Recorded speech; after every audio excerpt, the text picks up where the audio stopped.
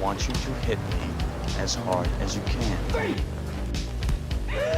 We'll tear your soul apart. I've seen things you people wouldn't believe. Now the dream is over. And the insect is away.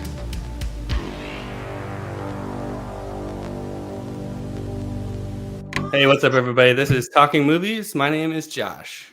I'm Randall. I'm Chris. I'm Clay. And today we're talking about Walter Hill's 1981 film, Southern Comfort.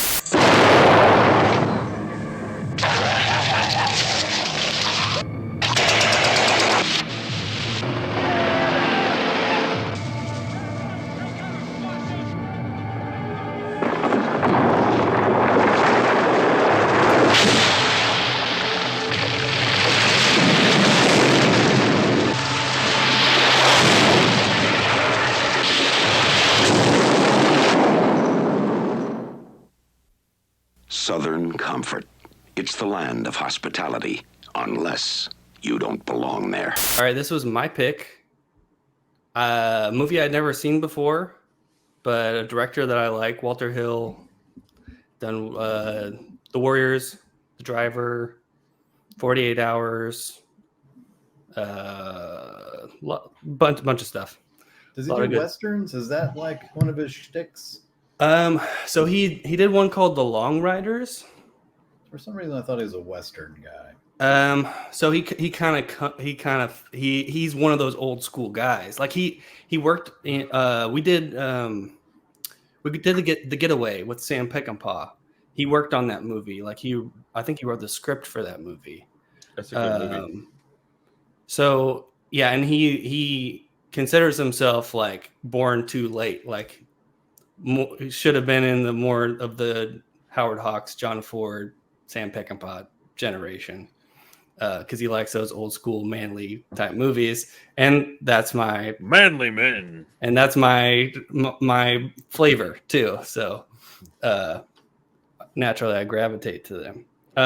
So the movie is about a group of National Guard who go on a training mission in the swamp of Louisiana, and they're trudging around the swamps and they get lost. Basically, they find these canoes, and they're like, "Well, they just find them." And then they're like, "Well, we're tired of trudging around the water. Like, maybe we should just take these, and we can get to these prostitutes we're getting to at the end of the line, you know?"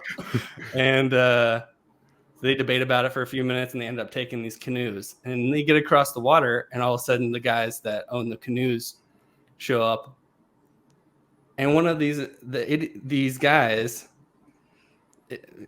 all these guys, most of them are from Louisiana, right? They're kind of just like, I mean, anyone who goes to the National Guard is not exactly like a rocket scientist, right? These are country bumpkins. So one of them, they all are carrying blanks because it's a training exercise. So this idiot starts shooting blanks at the guys on the bank. Well, they like hit the ground because they think they're getting shot at, and they're like, "Okay, we're going to bring the canoes back," and then they shoot the leader of the group because they think they were attacked and they stole their canoes. It's a pretty natural response. Not even, I mean, they messed up, right? And they proceed to get lost in the swamp and be basically terrorized by these locals, the Cajuns that live in the swamp. Yes, right. The coonasses. The coonasses. Well, I've been waiting. to hear Chris. So first of all, they are pirogues, not canoes. What is it? I was so happy that they actually threw that line in there. Okay. Because they are different. They're not actually canoes. They have like a unique design to them, something like that. That's like a super swamp boat or something. Yeah. Okay. So spoiler alert, this is like my new favorite movie. So this is, dude, these are my people.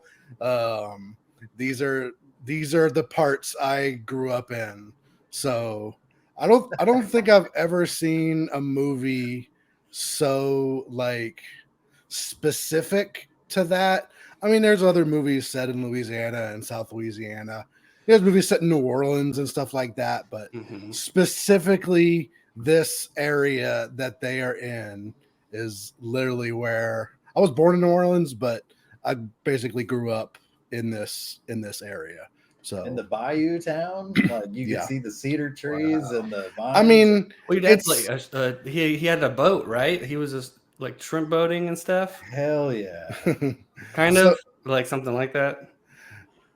I mean, what are you talking about?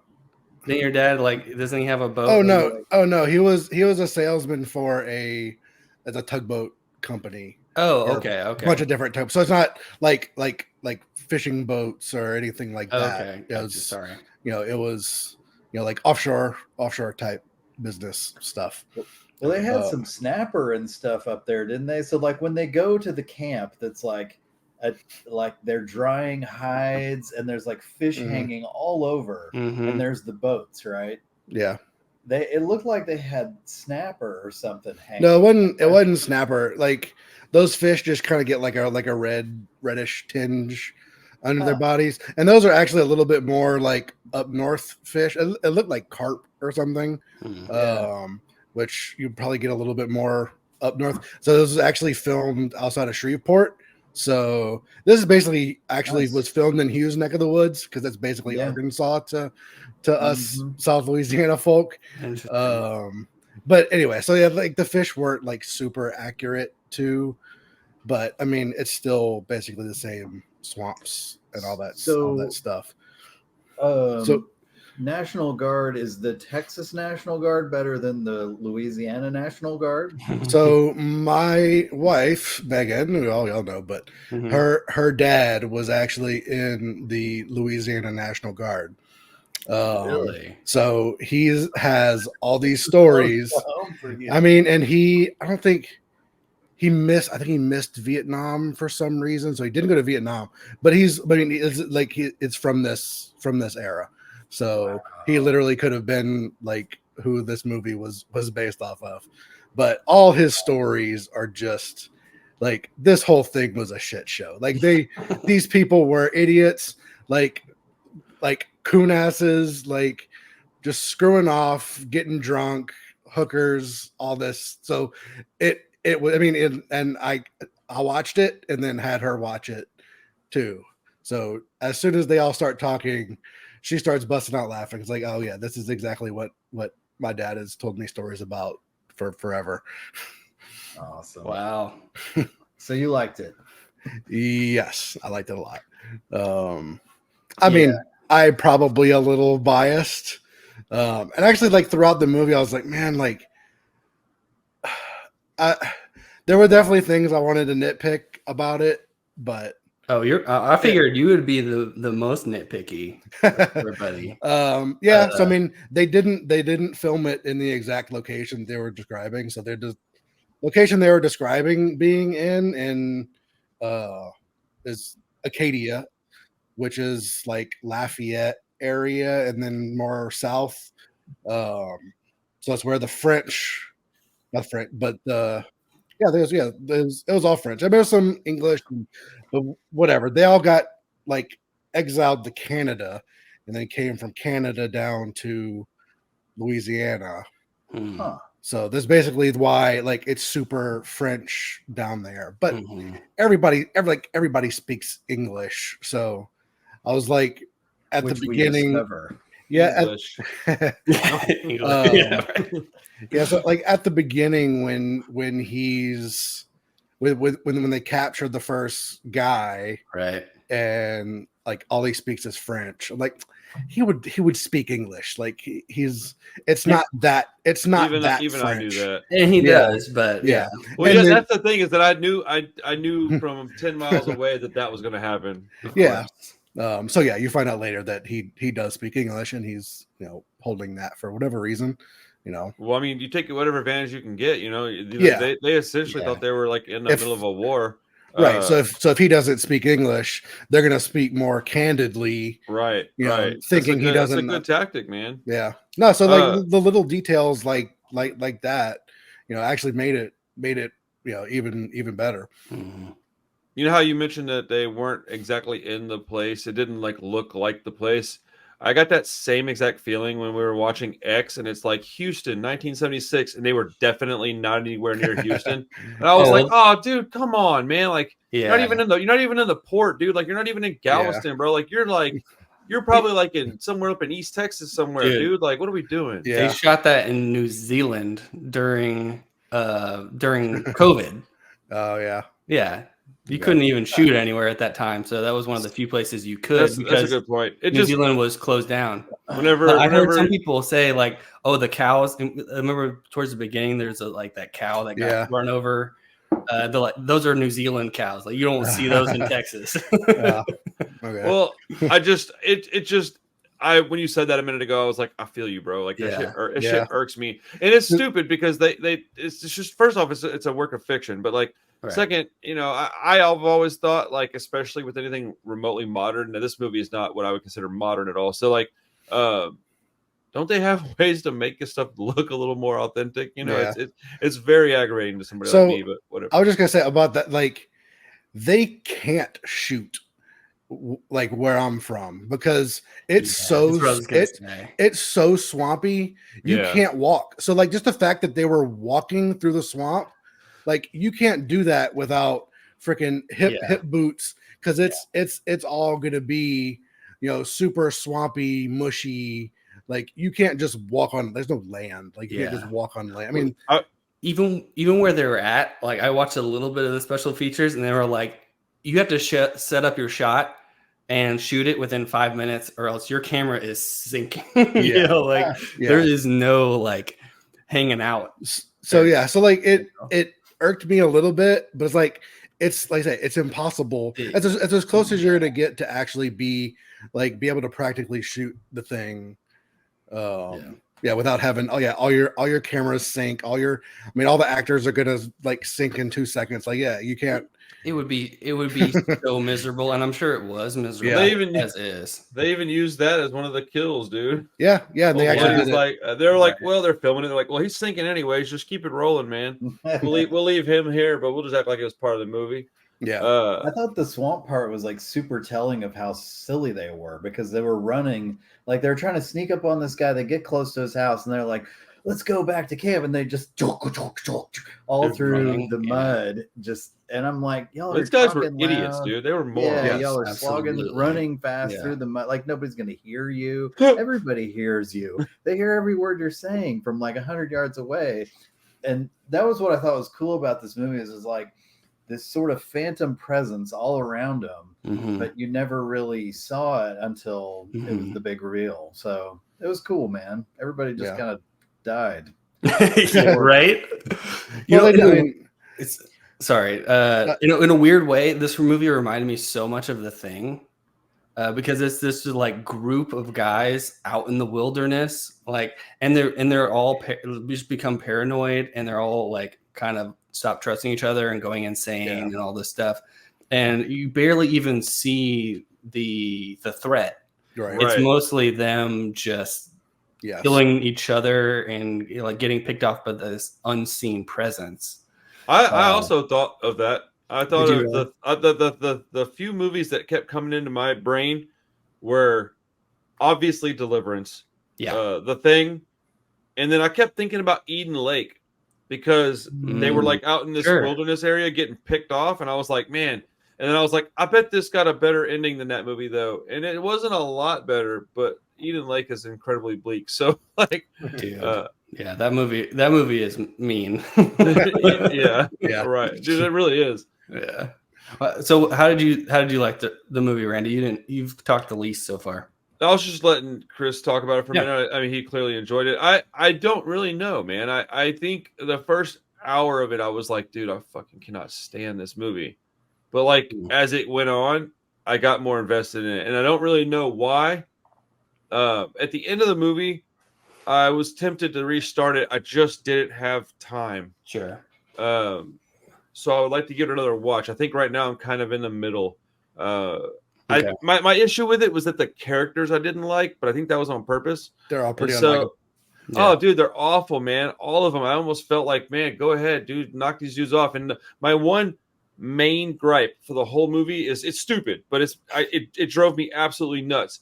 Is that they got this guy that clearly has his arm inside of a sweater, playing a one-armed guy, and it drove me bananas, dude. Every time I saw the guy, I'm like, well, there's his fucking arm right there. Like, what are we doing? He just has a really big torso. What are you talking about? Yeah. It drove me nuts, man, which is such a stupid gripe, but it bothered me a lot. But no, the actual movie itself though was like I don't watch the movies like you guys do, but as far as I could tell, it was well made. I liked a lot of the dialogue quite a bit. I liked a lot of the internal struggle these dudes were having with things. The one guy that was like the leader dude, all of a sudden, he was a big giant pussy, and I really liked that they were still following his lead, and then ultimately that breaks, and they start to just like spread apart. And at one point, the guy's like, "Man," he's like, "Hey, if you'll make sure this dude's court-martialed when we get back for killing this innocent guy, I'll go with you." And he goes, "I'm gonna make sure because he did it." And then they're like, "All right." And then the rest of everybody goes, "Fuck it," and they leave anyways. And then the guy just has like follows this. Him. Well, the look on this dude's face was like pure defeat, and I was like, bro, I just, oh man. And then I had a hard time with the fact that dumb fucking idiot shot blanks at that person. Like, oh yeah, the whole premise of the movie is stupid to me, but it worked because it's a really it worked, but it's so you can see some dumb motherfucker doing something I watch a lot of horror movies, right? And literally, okay, so I'm watching a movie with Bricken the other night, and my 11-year-old kid literally screams, "Why are you running up the stairs?" Like, really? And I was like, and I paused it, and I was like, I was like, "Do you know what a trope is?" And he goes, "Yeah." And I said, "All right, horror has tropes. We'll talk about them later." And he goes, "Okay." And I was like, "They run up a lot of stairs, buddy." And he was like, "Why?" And I'm like, bro, I don't know, dude. Because then there's not a movie, right? But I've been having a blast watching movies with him lately, so it's been a lot of fun. But yeah, so my point is that I watch movies where people do stupid shit all the time, so it shouldn't be a thing for me. But I liked it. I think, man. I think at first I didn't, and I don't really know why. I think part of it is I don't like the movie Deliverance. That movie is boring as fuck. This is way less boring than Deliverance to me. Okay, I don't like Deliverance either. I've never seen it, so I thought it was good. If I can chime in, I thought it was pretty good. I will say, just like Randy, the first time I watched it, I didn't like the characters. I wasn't invested in it at all until probably the last 45 minutes. That's about when I jumped in. Yeah, I kind of feel this. And then I watched it today sort of with a different lens. Like, I kind of understood what the movie was trying to do a little more, I think. And the second time today, I really liked it a lot. I think, like, the talk about Full Metal Jacket as a comparison study, sort of, I was like, I really loved Full Metal Jacket for years, and now I feel like it's maybe like a little too contrived and like forced in terms of its message. But I'm like, Stanley Kubrick to me is sort of like poetic in its own way. Yeah. But then as I've sort of watched more movies, especially, I'm kind of like, Full Metal Jacket. But still, it's got some like really iconic scenes and characters and quotable stuff. And Well, so the thing about that is you see more movies and they do the same thing, and they do, so many of those things have aped off of Full Metal Jacket and Clockwork Orange and all those things. It's like, like this movie does a lot with a little. I was thinking that through the whole movie. A bigger budget movie. It's a big helicopters, tanks, everything like that. And this movie didn't have that. So I think with what he had to work with, it was pretty effective. Yeah, it's so much paranoia, and it is just a lot of tromping around in the swamp. But I felt the tension the whole time, like, and you just see. I don't know. I was so close to giving this 5 stars. Like, I think this movie is almost a masterpiece. Like, I don't know. I was in it pretty much from the beginning, and just thought it got better and better. Then that last, like, that if la- you're into war movies or Hollywood, like war movies and stuff, I could see somebody really, really liking this movie. Like my yeah. grandmother. So. I mean, Sorry. I don't know. I'm an old school guy. I like the masculine westerns and war movie. I'm not even that big a war movie guy, but I just like those old school type of movies about a bunch of guys on a mission that goes bad, you know. And I don't know. This just worked for me. I loved Keith Carradine and what's the Powers Booth, the two main guys that stayed at the end. Those were definitely your main characters that becomes clear pretty quickly because you keep getting scenes where they're talking together, like trying to figure stuff out. They're the two most level-headed guys. And I thought they really held it together. I like that the movie is basically an ensemble of character actors, kind of like The Thing, you know, minus Kurt Russell, who's had old buddy from The Thing. What? Yeah, dude, Blades. That made me happy. I like that he was in there. You know what? I was thinking, I was like, did he? The black guy, he got impaled. Yeah, he was the guy that was on roller skates and like hanging out. Yes, he had the worst death of all. That was right. That was a rough one. Yeah, he got it pretty bad. But yeah, I was like, did like he see the Thing and then like make this movie? But no, this came out the year before The Thing. It's 81. The Thing's 82, so it's just a similar type of mentality. I mean, John Carpenter comes from that same like kind of tough guy, journeyman director type of mentality too. Yeah.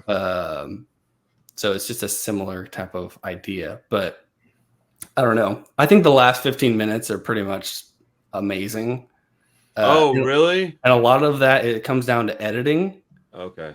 For me, like the way that it builds when they get on the truck and they go into the town and they're like all paranoid and you don't know, like, are these guys all against them or is it just a couple of hicks in the woods or that was very that felt like Eden Lake. The way they cut things and they're like you see them like throwing the nooses over the thing and then they're like stringing up the pig and cutting it open and it's all cross cutting and oh my gosh, I thought that was like, man, I wish I watched movies like that because like I just don't. So like to me, all the stuff that happened is all I really was paying attention to is what was happening, and most of it I was able to.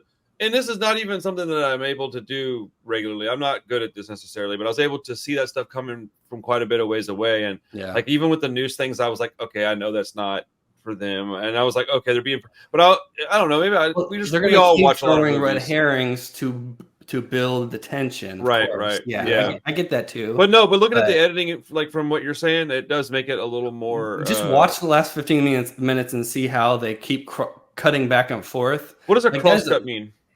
It's taking two scenes and kind of converging them together. Okay, so they crisscross and then you have it's ultimately. Exactly. Looks like one thing, but when it splits off, it's you're crisscrossing them exactly. Right. Yeah. That's what I thought. I just wanted to make sure back and forth, and it's creating a new type of a scene because No, I do appreciate from that perspective. It is pretty awesome to look at. I've seen so many movies at this point that kind of stuff I've seen 100 times, but I do. This is what you said, 81. Mm-hmm. I wonder how much that was done before 81. I would imagine. I don't know. I mean, not a ton. I think they did a lot of that sort of stuff in the 70s. It's kind of an experimental. Oh, it does kind of feel like a 70s thing, actually. Yeah, for sure. But this is why these conversations are important to me, man. And the Europeans did a lot of that stuff because a lot of the 70s American directors, a lot of the reasons that they became so experimental is because they were watching the European movies, the Bergman movies. The Fellini movies, a lot of the Italian cinema and stuff like that. So they were the ones that were being arty and weird and doing stuff like that. So that's why you got that. That's what's in up. The 70s. But yeah, I'll echo Josh in the last 15 minutes. I mean, it was pretty amazing because like I'm even kind of doubly invested because I'm like what are they gonna do? So like they go in this little town of and it's a bit ridiculous. There's no places that that backwoods. I'm sure they're maybe in the like, 80s, right? I mean, in the late but, 70s, maybe. I mean, but to have like a full on like little town. I mean, sure, there's probably like some areas with a couple of like little houses and stuff, maybe, but yeah. I mean, but to have like a whole little town that's that backwoods Rural, and yeah. it's a bit much, but anyway, so like in the back of my mind are like are they gonna like how are they gonna portray this, like just how are they going to, so I mean they go to this little like Cajun party where they're grilling pigs and it looked like they were doing some crawfish. Oh yeah. And land the time forgot. Everybody's just no, I love that little like hoedown, bro. That like I have family from Louisiana. I'm not from there. I'm from Texas, but I got family from there. I got family up in Nacogdoches. I got a lot of family like all over like the sticks of Texas, and it felt familiar to me. Like not quite the same, but I'm like, man, I've seen people out there dancing and singing like that. I've seen people ears getting passed around. I've seen animals hung up like that. I've seen like I don't hunt, but my family does. Like I've seen a lot of stuff that when I was watching this, I was like, oh man, this is crazy familiar. For somebody that's not from that part of the country, it still felt a lot like. I mean, Texas and Louisiana we're right next to each other, so I mean, there's a lot of similarities in our in our country folk. Yeah, so I'm kind of super worried as where they're gonna go with this ending, because like these are probably all like the nicest people anybody is ever gonna meet. Like it's kind of like a thing about Southern Louisiana is just. They're all super nice. So, I mean, like they go in, they give them a beer, good old boys. They offer them in. So, like they were safe, but their paranoia kind of got the best of them. So, he's wandering around, and the dude actually has like followed them into the little town. Right. But I mean, if he'd have just kind of stayed in there and just partied, he'd have been fine. He could have hitched him a ride back with somebody or something like that, but. That's why I'm kind of bummed that they lived. Like, finally somebody's on my team with this. I wish they would have just got him, because what is the ending? Tell me what happens at the end. I'm assuming they get found by the National Guard. Yeah, that's what it seemed like to me. You don't see that as ambiguous? I found that very ambiguous. I didn't find it ambiguous at all. A little bit, because like at first I was like, wait, what happened? It could be, but they get out the truck. Yeah, it didn't the truck seem ambiguous to me. Yeah, the truck passes by, like they stop. They're like they got saved. You would have to choose to see it like that, because it was very clearly a positive ending, and from at least from the way I was looking the look on their faces was not relief when they saw that truck. Yeah, I know what you're talking about, because I kind of questioned it, but I was just like, I'm overthinking it. I'm trying to find that I don't. Really, I mean, I'm fine with ending, but I'm typically of the mind that like the realistic thing needs to happen, and in reality, in this story, I don't think they would let them dudes get out of there. Yeah, I think just the paranoia intention that they set up for that is kind of blown off in the end, that they just kind of get away. I really don't see it that way at all. I mean, the Wikipedia says that too, that they just get picked up. Oh, I think that's Wikipedia. that's where do you get your information from, Hugh? Okay. I mean, it seems to be the consensus on the ending is, well, the director spoke very very much about how it was an ambiguous ending. That's like part of the thing. Not to be argumentative, I want your response to this, Josh. You ever wonder when you listen to a director's they tell lies? I know that. No, it's not even that. Like, do you ever think that whenever they get a movie made, right, that in their head when they're making it,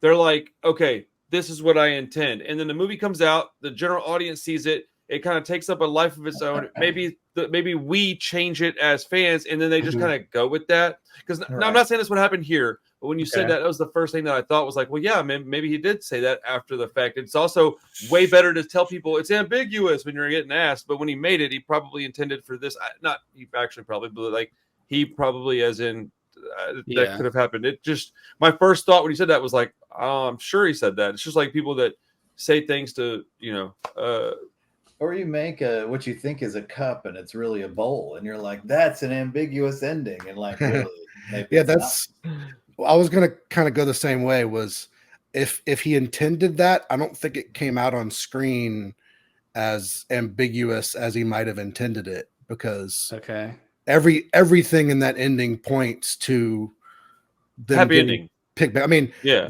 I mean, they could have, stolen the truck, but I mean, the helicopter was there. I mean, for them to have like stolen the truck and the helicopter and like found them in the inn and gunned them down or something like that, it just seems a little too over the top. I mean, so you everything also don't to me know what their points, fate is. Like, you don't know what their end result is. Everybody was killed, so they have to be in trouble. Like, they have to do some explaining at some point. Like, hey, we left as a party and now we came back as, so what happens to them? Are they get court-martialed for murder? Are they going to go find the bodies? Are they going to give up the town? Because the guys in the town were like, you don't talk, don't talk. And that was a condition of their release and stuff. So, I mean, I could see the ambiguity from that end. I just felt like it was the way that it was cutting and cross-cutting with the helicopters and stuff, and like, but those were their people. What?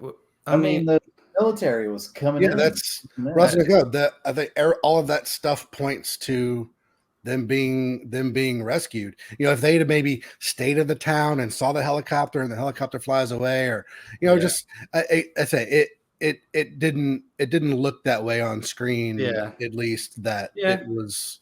I mean, that is the most realistic ending, I guess. But I think it's vague enough to leave you with a question.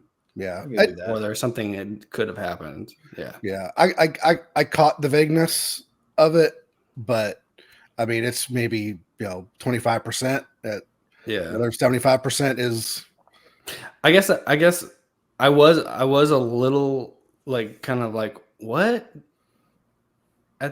does that mean? But because it felt like they were trying to make it vague, maybe it would have been better if they made it seem a little bleaker. Yeah. Because I kind of do wish that it would have been cool if they were or something. Like if they were like riding off, and then like the last scene is somebody following them, or something. Yeah, maybe. Or something like that. That would have been pretty cool. Or even if there was just no helicopter and the truck drives by, and it's clearly not like a National Guard person in the truck. Right, you have no idea like what the truck is, if they got on the truck. I mean, you don't really see anybody in the truck, so you don't really know. But it fades out on the star on the truck. That's like the. What if the people in the truck were speaking French? Yeah, that's what I said. But that is that they were all your ambiguous ending, and that's just a bleak ending. they pull up and they're all listening to that cold oi shit I've been talking about for a couple months. Yeah. They're big French. Yeah, 1978 fans. Yeah. Yeah, that shit would be funny. Some fucking. Man, I love this movie.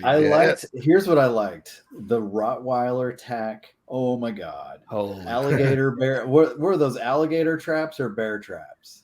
Like, dude, if you stepped in one of those things, I mean, there are bears down there, but I mean, not enough. Bears. I don't think it would be alligators either. It would be just coyotes or maybe deer. I mean, there's deer out there too, so.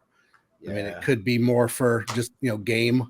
Hunting. I want to give you props to the Louisianans, because all my life when I was in Arkansas, I heard like, Louisiana sucks, right? And then I go down there for work and for partying and everything else, and everybody's so nice. And I'm like, that guy just said hi to me, like I live here around the corner or something. And I don't know, man. It was just like every time I've gone out there, I've been like, these people are so nice, like unusually hospitable. Yeah, so that's why I was extra just worried about the ending, because I was like, it's gonna make them all evil. Yeah, just it would make the most sense that they're just invited into this little town and everybody's super nice, but that's not much of a movie. So right, the Shire. Divided into the shack. The French Cajun Shire. I've never been anywhere up north or anything, but I always find it funny when people talk about like places being shitty, because everywhere I've ever really been, everybody's been pretty just nice. I think that humans typically are fairly nice, at least in America. People are generally pretty nice. As I'm saying that, I'm thinking about maybe not New York, but I'd be kind of suspect if somebody had dynamite in their living room and like. No doubt. Yeah. Yeah, when that dude, cool. I like when that guy paints the cross on his chest and blows that house up, and then it's like, y'all don't get the joke. I was like, you're a fucking psycho, dude. Yeah, those are some hicks joke. right there. Yeah, I was trying to like feel like, is this Full Metal? Like, which one's crazier, Full Metal Jacket or Southern Comfort? And Southern Comfort has some crazy stuff, man. Yeah, Full Metal Jacket for sure, but Southern Comfort has some crazy. Damn, that's a movie that like is near to me, is Full Metal Jacket. That's one maybe I'll pick one of these days. It's got a lot of my dad's favorite movie, so that one I will always fuck with Full Metal Jacket. And also he really liked Apocalypse Now. I don't know which one he liked more. I think I remember hearing about Full Metal Jacket way more. Like that was like his shit. Okay. I don't know. He was my dad was in the military. Really, it wasn't really out there as much as those movies. You're right. It wasn't such a big box office success or anything like that. I had never even heard of this until Josh brought it up. None of us have seen it, have we? No, this was new for all of us. I think it was kind of a failure at the time. Josh, you didn't seen it either? Nope, I had never seen it. I'm a little surprised by how much you like it then. Okay. Yeah, I watched it and I was like, I am so in. Like 10 minutes in, I was like, damn, that's crazy. Yeah, it took me like an hour to get to where I was like even wanting to finish it, but I don't know if I'll ever watch it again, but I don't know that I would turn it off if it came on either, which is I think is a strong statement actually. I'm totally going. That just came out on a 4K from Vinegar Syndrome, so I am absolutely gonna buy it. Yeah, so I like it too. I like Walter Hill enough that I was like, I've heard good things about this movie, that it's kind of an underrated gem. Nice. I was like, I'm gonna go ahead and buy this. I paid like $50 for that 4K, and I was like, damn. I hope this is good. And I watched it. I was like, holy crap! I'm so glad I bought this. For that reason alone, I'm happy that you enjoyed it. I mean, I know you're pretty picky with what you buy too, so I will watch this many times. How did this look in 4K? It looked good. But it's grainy. It's a real grainy movie because it's a lot of low light. Ooh, I kind of want to watch on a 4K. I love grain on my film. I genuinely I like that. It looks really good. But it's a lot of natural low light, so the film doesn't get exposed as much, so you get a lot more grain. It's a good transfer. For sure. Yeah. I thought about I knew this was set in Louisiana, so yeah. I mean, just for that alone, I'd thought about it before and just didn't realize how Louisiana it was. It's your Louisiana. It's like your backyard. Yeah. I feel the similar way about that Intrepidos Punks. That one that Chris you sent me. Yeah. I bought it and I was like, I hope I like it, and then I watched it and I was like, fuck yeah. Dude, I can't explain to you how much you're gonna hate that movie, but you're gonna feel about it like the literal opposite that I feel.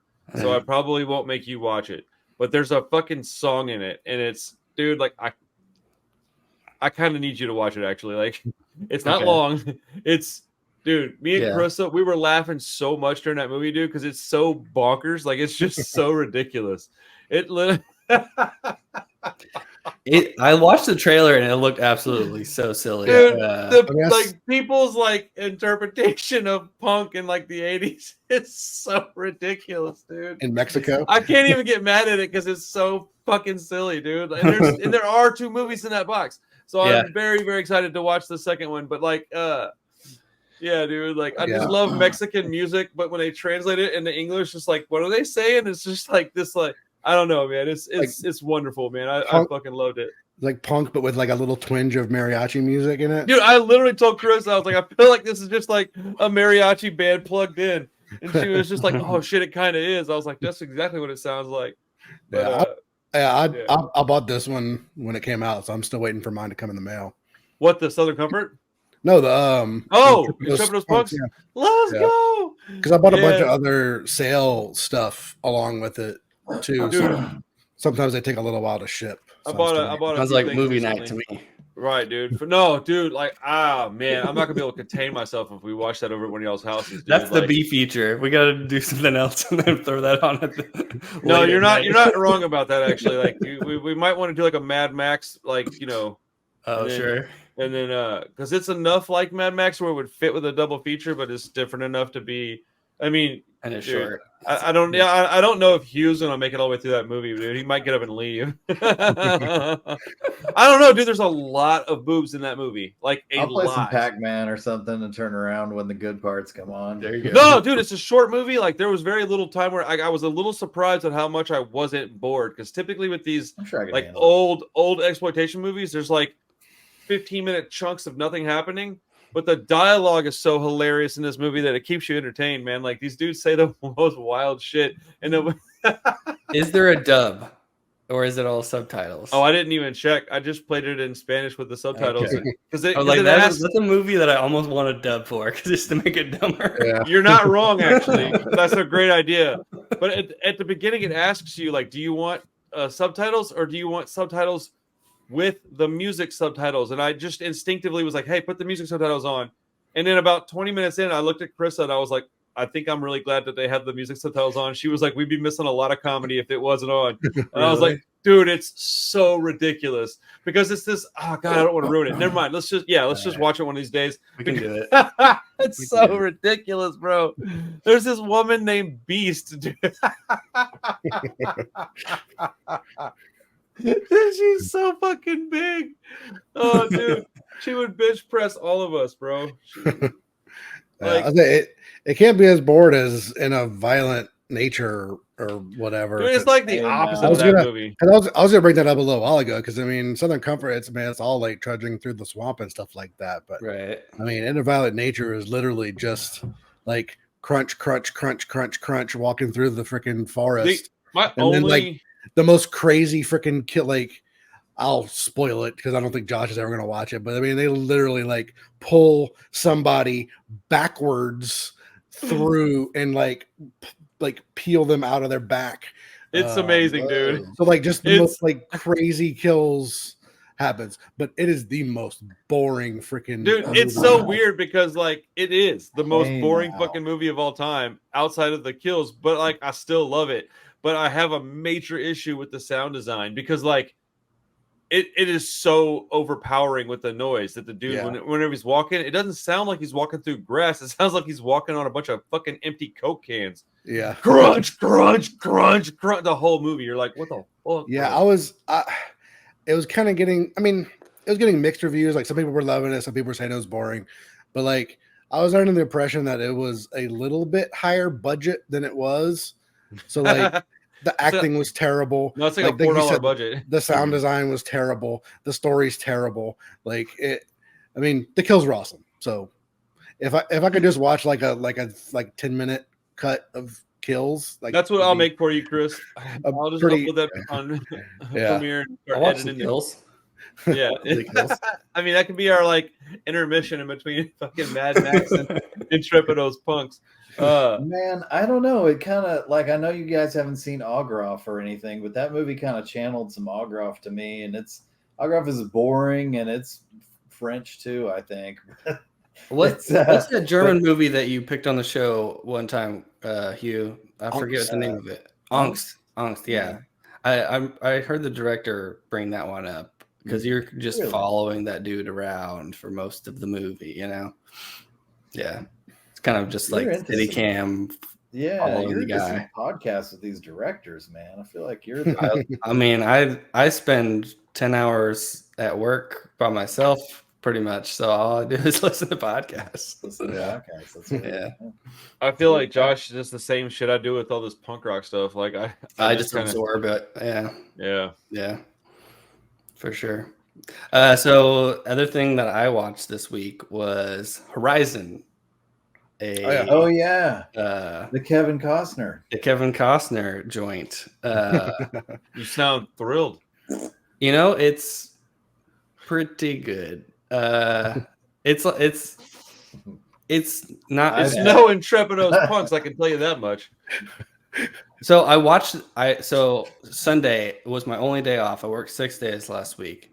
So I got up, I watched an old Western, and then I threw on Horizon. It's 3 hours. It's a fucking long movie. Yeah, and it's part 1. So I watched that. I was like, pretty good. And then I threw on Southern Comfort, and I was like, oh my god, this movie's amazing. You know, and then it was like Horizon was just okay after I watched that. Yeah.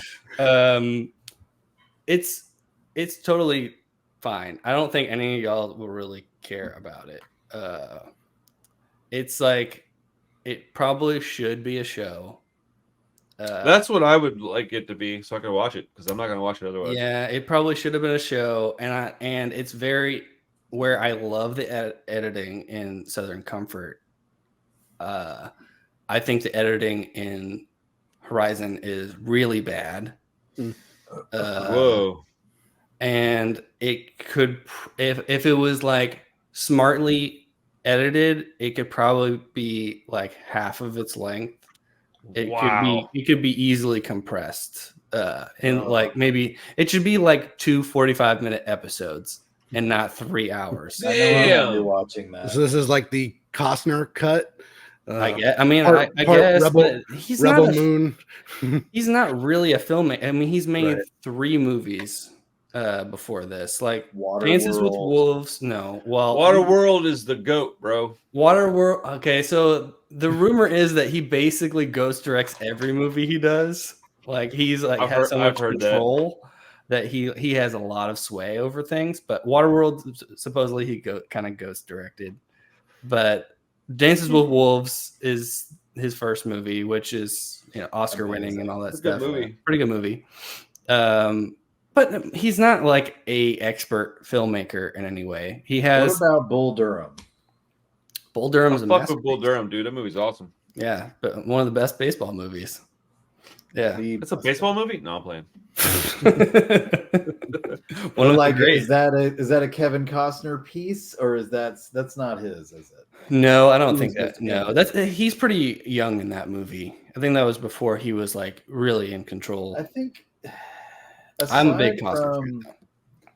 Aside from Dances with Wolves, which I think is an amazing movie, but it's not something I'm like, oh, let's watch Dances with Wolves. Run back to it, yeah. Aside from that, Kevin Costner to me is really hit or miss.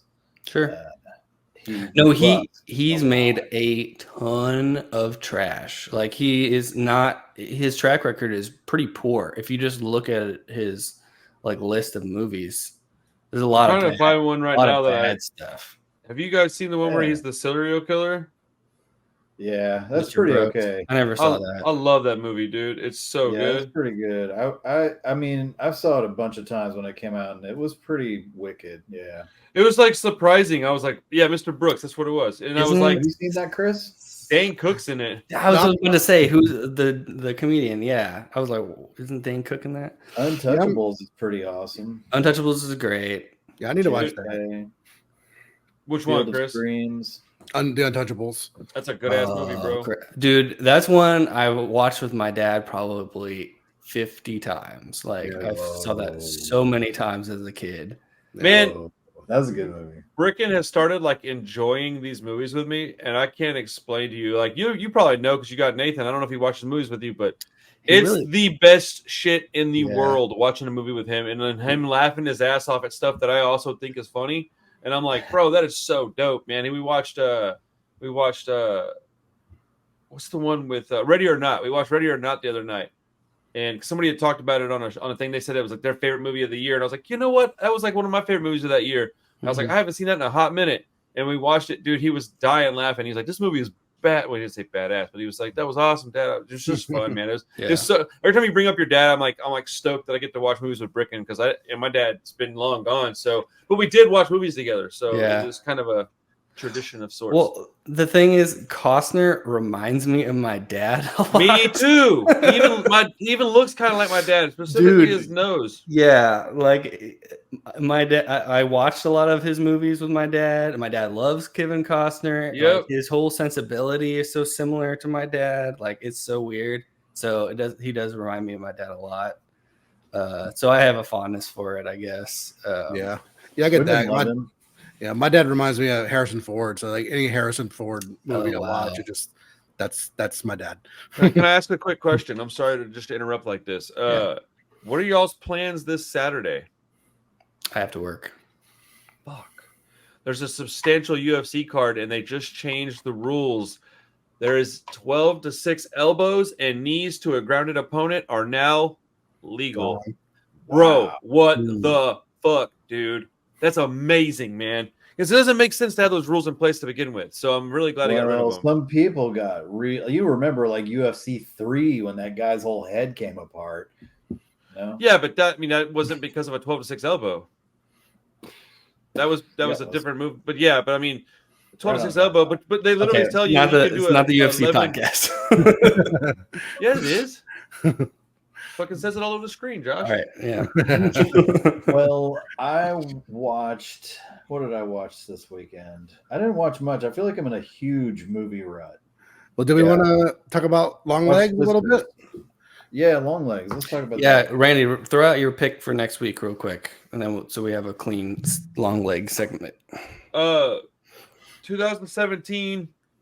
Do not watch this movie and talk about the fucking editing or the lighting, the acting of the script, because I do not give a shit. I don't care. I don't want to hear it. Well, you're on the wrong podcast. Sorry.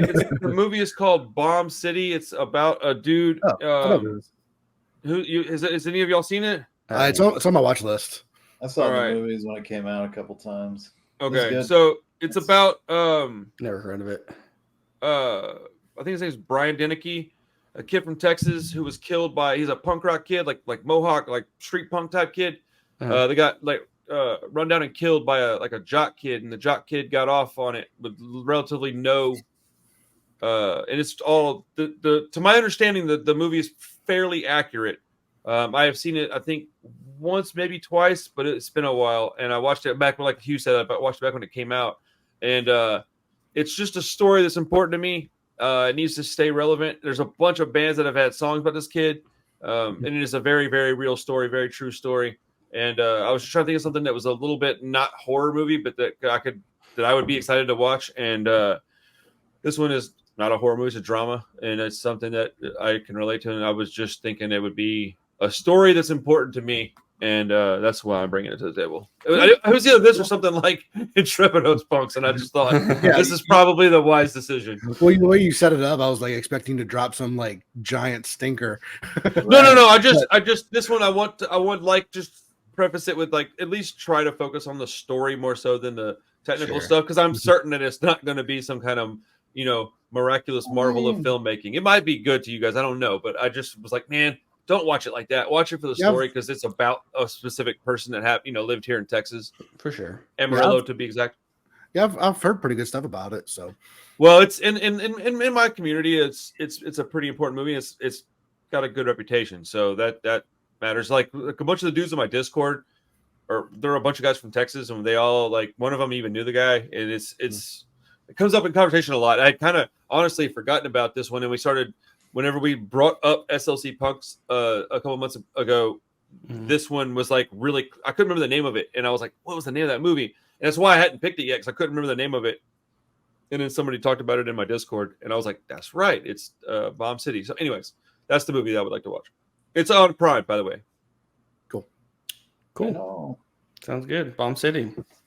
All right, let's talk about Long Legs for a few minutes. Chris, you've seen it most recently. You wanna start it out? What did you think about it? Yeah, I freaking loved it. I mean, everything in it is just kind of right up my alley. I mean, a lot of it's, I think, up most of our alleys, but just it's up something of mine. but just the kind of murder mystery thing and then the supernatural thing. I mean, I don't know. Are we spoiling, I guess, if we're talking about it? But I assume so. I just wanted it's been a couple of weeks, so yeah. So if you haven't seen it, spoilers. But yeah, just the whole like devil demonic tinge behind it just is all just kind of right up my alley. So just like the way it's shot, the way everything looks. I mean, it's like Josh said it, like I get such like Hereditary vibes from it that Hereditary, huh? Yeah. Oh, I was thinking about Hereditary a lot when I watched it. Yeah. I just like it's I think purposely vague throughout it. It's kind of like is she autistic or I don't know what she is. She sure seemed like it, didn't it? Yeah, she's definitely got some kind of thing. But it's like, is she clairvoyant? She's not really clairvoyant. She's they set up all this stuff and then it all just kind of clicks at the end. And it all kind of ties back to her. So yeah, it has to do with her. So yeah. So I mean, I heard people say that it asks all these questions and then like leaves so many questions unanswered. Like, well, no, it answers pretty much everything. Just I didn't see anything unanswered. Yeah, just everything about it. Loved it, and I think I saw it in a mostly empty theater, like late at night. Jealous of that by myself. So I mean, I had the whole like front of Alamo Draft House to myself, like and a couple people behind me, but like they were quiet. So just all the little setups of like, can't remember exactly when she's in there, like her house, and she's like talking to her mom, but like they're showing like behind her a little bit, like everything's so well done. It's like something's gonna pop up behind her. Everything's framed like you're looking at an empty doorway, like there's all this negative space, like something is gonna happen. We've all watched so many movies that it does such a good job of playing at that tension and expectation that and also everybody's talking about how unsettling it is, and that's very I love the whole tone of everything you said. Go I ahead, love the demonic demonology, the kind of the weird numerology. I mean, I was trying to figure things out that maybe shouldn't have been tried to be figured out, but I mean, I was seeing things. I felt like I was kind of like seeing things in the movie that spoke to me specifically somehow. And then, Randy's like, no, that wasn't in there. And Josh is kind of like, yeah, I like this part. So I feel like it sort of reaches us all on our own level somehow. It's an odd movie. And I love Micah Monroe in this movie.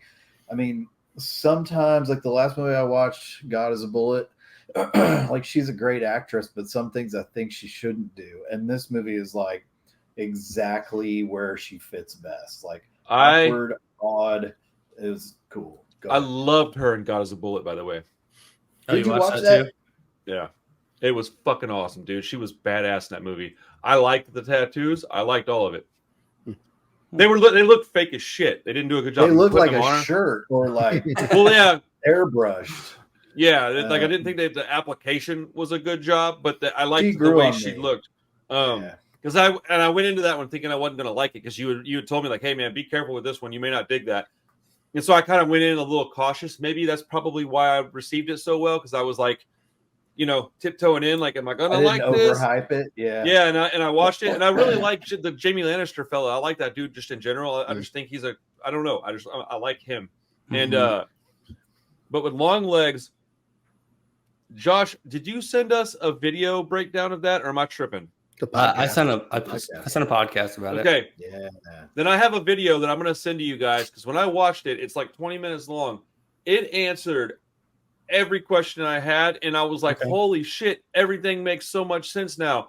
Like, it was amazing. This dude broke it down, and he's like, this was because of that. And it was like, the guy is very sure of himself, and none of it seemed like, sometimes you get a guy that like will talk about stuff, and they sound confident, but when you listen to them, you're like, yeah, you sound confident, but you also sound like you don't know what you're talking about. But it's very interpretive. Like, this is how this dude was like, no, man, the reason they did this is because of this. And then he gave examples, and I was like, oh, holy shit. And then he broke down the fact that, like, what's the idea of the whole movie, like what's going on in this movie. And the whole idea is there is nothing going on in the movie. The devil is just playing with this girl and having a good time. And it just answered stuff that I was thinking about. And when he said it, I was like, oh my goodness. And so I need to go watch it again because my second viewing was a terrible experience. And that's what's sitting on my head right now is this last experience. So if I don't get to watch it again before the theater, I will just figure out a way to own this movie because I'm going to watch it. I would probably watch this movie another 2 or 3 times before I get sick of it. It was so slow the first time I watched it that I wasn't sure if I wanted to watch it again. And then on a second viewing, since you know how it's paced, you can go in there fully ready for that kind of pacing. And I think that is incredibly important for a movie like this. You need to watch it more than once because the first time you watch it, you don't know what to expect most likely.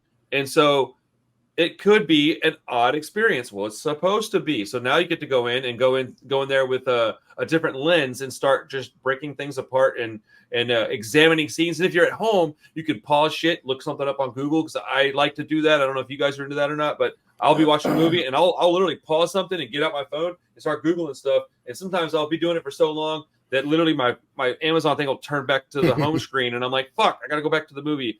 I'm usually like, oh, who composed this score? Like, who shot this? I do stupid crap like deep dives into like theory about stuff, but it's typically about not stuff this deep.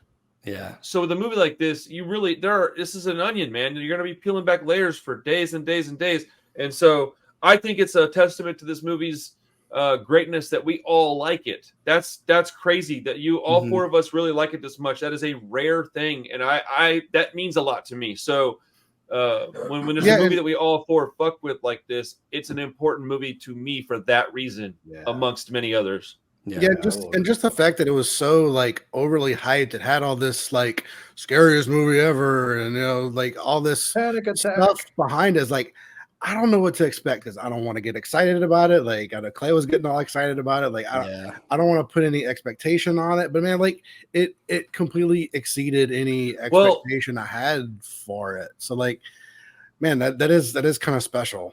Clay had me running for the fucking other direction, man, because you kept talking about it, and I was like, dude, stop! It's the first time in forever that I haven't even. Like I watched the trailer once and I didn't even know what I was watching. So you guys brought it up and I didn't even know what it was the first time y'all brought it up. And I was like, oh, it's got Nicolas Cage, this horror movie. This is a rare occasion here. And I don't want to hiding him too. Yeah, we haven't even talked about him. And the only reason that I was like, stop to Hugh is not because I didn't want to hear it. It's because I was like, man, I'm going to get really stoked. I don't want to be excited about this because I don't want to get let down because Nick Cage is my dude. And like, I honestly prefer Micah Monroe in this movie over Nicolas Cage probably by like 3 or 4 times. It was that her performance was perfection and his was like did you listen to the podcast I sent? No, that's why I couldn't remember. I thought I had run across it with that other video. I didn't realize a podcast. This one was thank you, because this one, the one that I watched was so well made that I was like, oh, this must be the thing Josh sent me. And so I didn't realize it was like a discussion. It was a discussion about the movie. Okay. And then they talked about like serial killer movies in general. And then like the last like 40 minutes of it is an interview with the director. Okay. So not to bring up more interviews with the directors and be a broken record, but it's a fascinating. I thought it was a really fascinating interview. Like he was very forthcoming about his whole ideas. And this guy is also the son of Anthony Perkins. Isn't that wild? Who played, Psycho. Yeah. So like he has a lot of baggage for this type of stuff. Like he's a horror movie director. Like that's crazy. He was saying that he didn't want the serial killer to be a hero. Like every serial killer is like eulogized as like so cool. Well, Hannibal Lecter's so cool, and he wanted him to be like. Like the David Fincher of like Seven and Psycho, and they're these mysterious like geniuses. He was like, demythologizing this whole landscape. Like everybody listens to serial killer podcasts. That's like the most popular thing on Netflix and podcasting and stuff. And he's like, these guys are losers.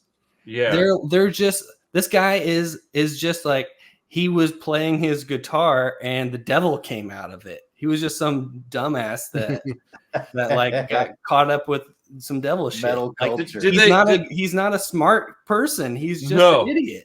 He's a crazy person.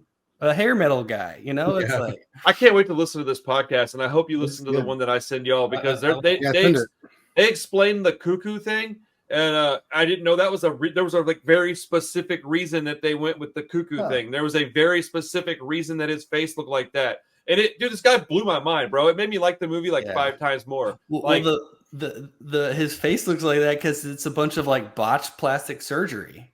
Yeah, but I didn't fucking know that. I wasn't thinking about that. I didn't know anything about the character, so I didn't know. I knew that he was wearing makeup because he was like an old. He was like an old. He was like an old butt rocker guy. Like I knew that, right? But I didn't know that like he had a bunch of botched plastic surgeries. It never even occurred to me. I thought maybe he did it to himself. Almost every line he has is some like stupid, line from a '70s rock song. Right.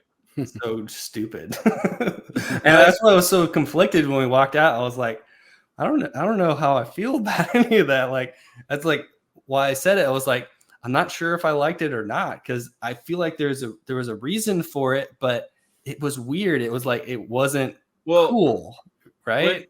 And I think that was by design, because he was exactly. Like he had passed his cool up, and he was just now he's like an aging rock star that's no longer a rock star, or maybe he was an attempted rock star.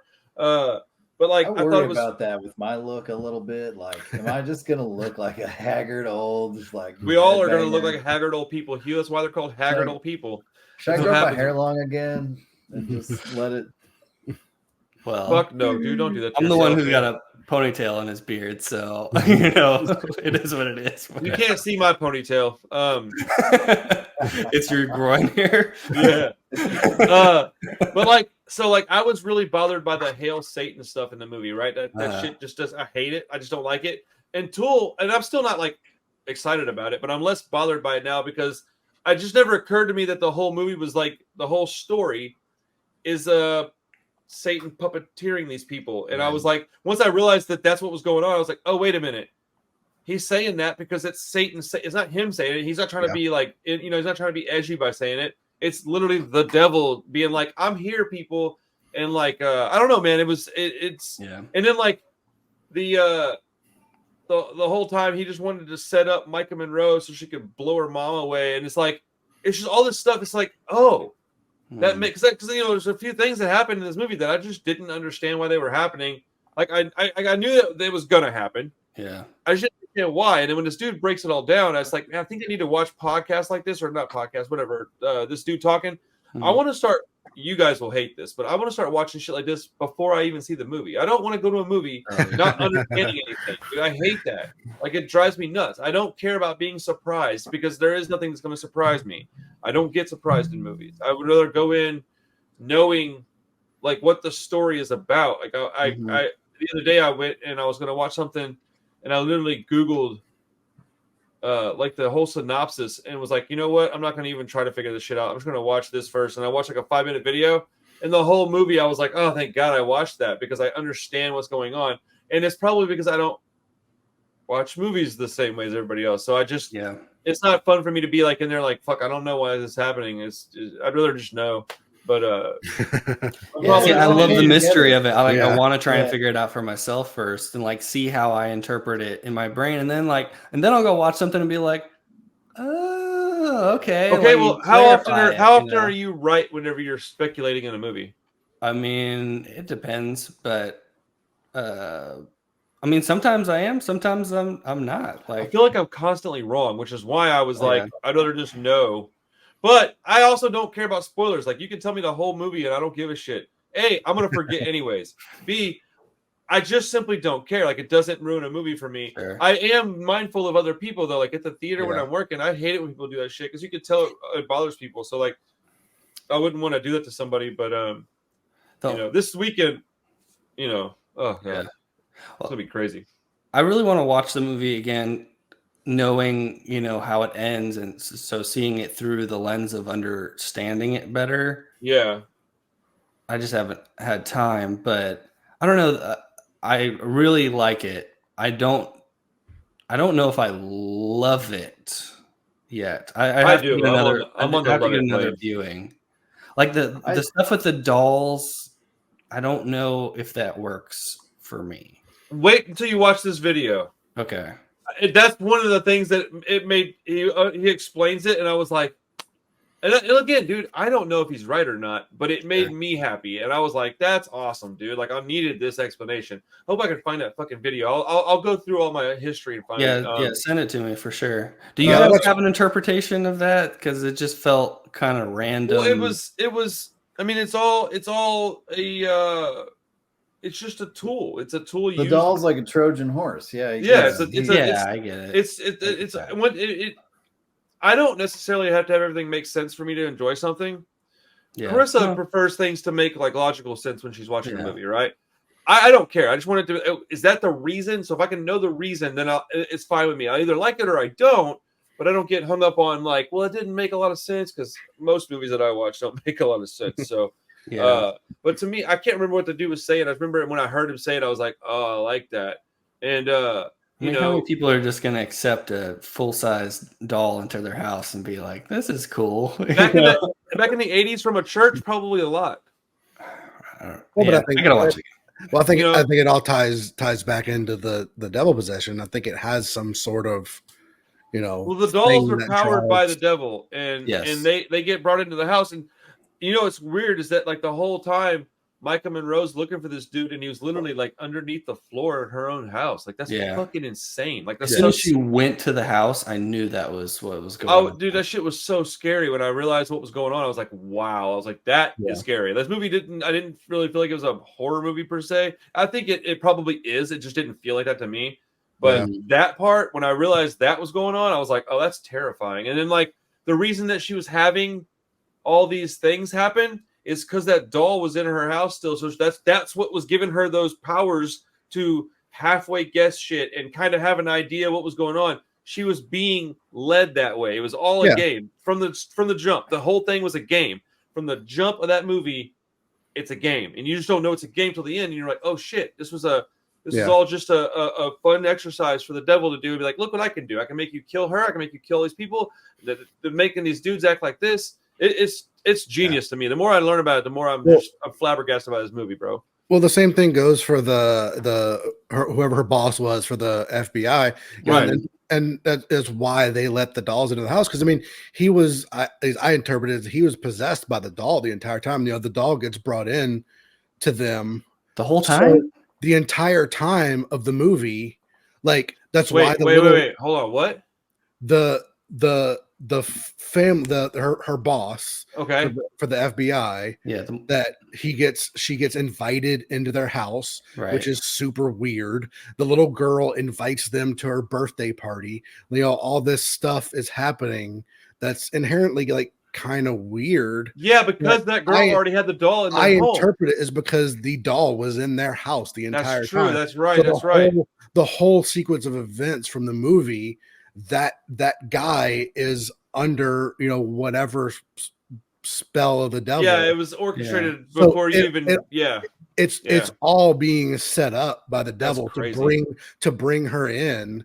So I said that's why they let the dolls in the house, is because the dolls are possessing them too.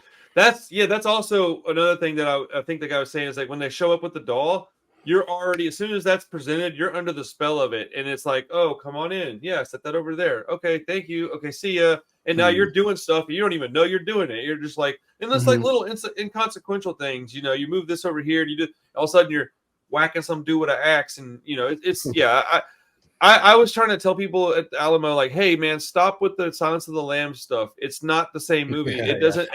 Silence of the Lambs is like a Trojan horse into a different movie. That's what it is. Yeah. Like it's like it leads in with Silence of the Lambs. This is unexperienced FBI agent in over her head and a serial killer mystery. It gives you that trope. Right. That's a good point. But it turns into something completely different. Yeah, I was telling people like, man, it's totally different. It doesn't. I said I'm trying to be vague and not spoil people's time, but I said stop with the Silence of the Lambs talk. You're going to go in there thinking it's going to be this movie, and it's just not. And I was like, they're like, well, what's the big difference? And I'm like, I can't tell you because it'll ruin the movie. And one guy was asking me questions. He was like, "Hey, look, it was just me and him at the bar." He's like, "I don't give a shit." He's like, "I said, well, look, I don't want to tell you a bunch of stuff, but I will tell you this: just visually, it is not the same movie, dude. Like, it just doesn't look like it, doesn't feel like it." I was like, "It's in the daylight a bunch. There's not a bunch of." I was like, "Don't talk about Seven. There's no fucking rain. It doesn't." Dude, it's those like movies. If Silence of the Lambs turned into Hereditary. It's Yeah. tonally so much like Hereditary. It looks like the cinematography is like Hereditary. I'm gonna have to think about that while I'm watching it again because I devil never shit. There's so much devil shit. That I guess about so. Hereditary, like there's. I'm a known Hereditary lover though. I think it's like very symbolic of like if you believe in a devil, how the devil would work, right? Symbolism. You invite something into your home, and suddenly it takes over your thought processes and consumes you. Oh, it's like very accurate to what really happens out there. That's a good way to say that. Yeah, I saw that pretty immediately, but I mean, I thought it was an awesome movie too, man. It strikes all the right chords. It's got some crazy kills in it. It's got the mystery, the codes, it's got it all. So I've been saying since day one, and I just want this to be on record as much as possible, that in like 5 years, this movie is going to be looked at as a classic. It's going to be a cult classic at minimum. It's going to be revered, and people are going to love it. There's going to be special editions coming out that we're going to buy.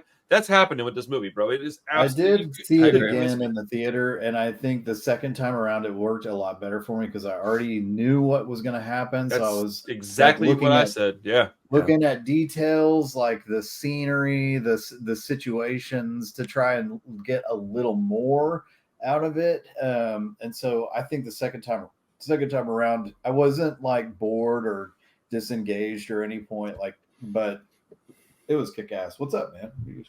I just got an alert. I looked down at it, and it was Skinhead Rob from the Transplants just accepted a request from me, and I'm like, that's crazy. Sorry, I just shocked me. I looked down, and was like, oh, what is that? Man. Well, I'm glad we all loved it. The second time around, Hugh, you're so right about that, man. Like I enjoyed it so much more the second time around, and that's not often the case, man. A lot of times you watch a movie, and the first time is like you can't beat that. And then just the first time was awesome, bro. Like when we left the theater, I was like, hell yeah. But the second watch, man. Well, I'm surprised when Micah Monroe's really coming with the thunder here. I feel like she's awesome. She's really my new obsession, man. Yeah, I mean, she made some great little movies early on, kind of low budget stuff, and she really has star power in those movies, I think. But like lately, especially, she's pulling some Jodie Foster action here, like getting pretty crazy, and that God as a Bullet. Like I don't think any actress has tried that. Like, oh, that movie shocked me, bro. That movie was awesome. It was like it was interesting. Was rough in that movie, very rough. And I was like, wow, we went from cop to princess to freaking hardcore junkie. It's just like cult member. It was crazy. She's got range, no doubt. Yeah, they show up to that guy's property, and Jamie Foxx looking all ridiculous, and he's like, "You didn't say nothing about tattoos." She's like, "Sit down, pussy." I was like, "Dang, bro, chill, man. Like, let him live, dude." She was, man. Yeah, that movie was definitely worth a watch. It's long, dude. It's weird. It's one of the first movies in a long time that was that long that didn't feel that long. It was super long. Huh. I'll have to look it up. Oh, got there. Well, I'll check it out. Stuff. Yes. All right. Yeah. Yep. Long Legs. Good movie. And next week, what is it called again, Randy? Bomb City. BOMBCITY. All right. Next week, Bomb City. Awesome. Let's go. Later.